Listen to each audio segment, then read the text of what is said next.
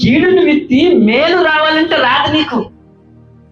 నీవు అన్యాయం చేసి న్యాయం జరగాలంటే నీకు జరగదు. నువ్వు ద్వేషించి అందరు నిన్ను ప్రేమించాలంటే కుదరదు.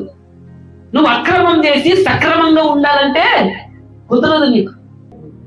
ఏం ఆలోచిస్తున్నావు? మందిరానికి వెళ్తావు, భక్తి చేస్తావు, ఏమేమో చేస్తావు, పూజలు చేస్తావు, పునస్కారాలు చేస్తావు, కానీ నీ జీవితం అనే పొలములో నీవు అక్రమమును దున్ని కీడుని విత్తుతున్నావు. చాలా జాగ్రత్తగా వినండి. నేను మోసపోను, దేవుడు మోసపోడు. దేవుడు వెక్కరింపబడడు, మేము వెక్కరింపబడదు. సేవకులు పెద్దవారు వెక్కరింపదాని గాను, మీకు చులకన గాను, మీకు తక్కువ గాను, మీకు బేఫర్వ గాను, పనికి మాలిన వాటి గాని మీకు అనిపిస్తాయి.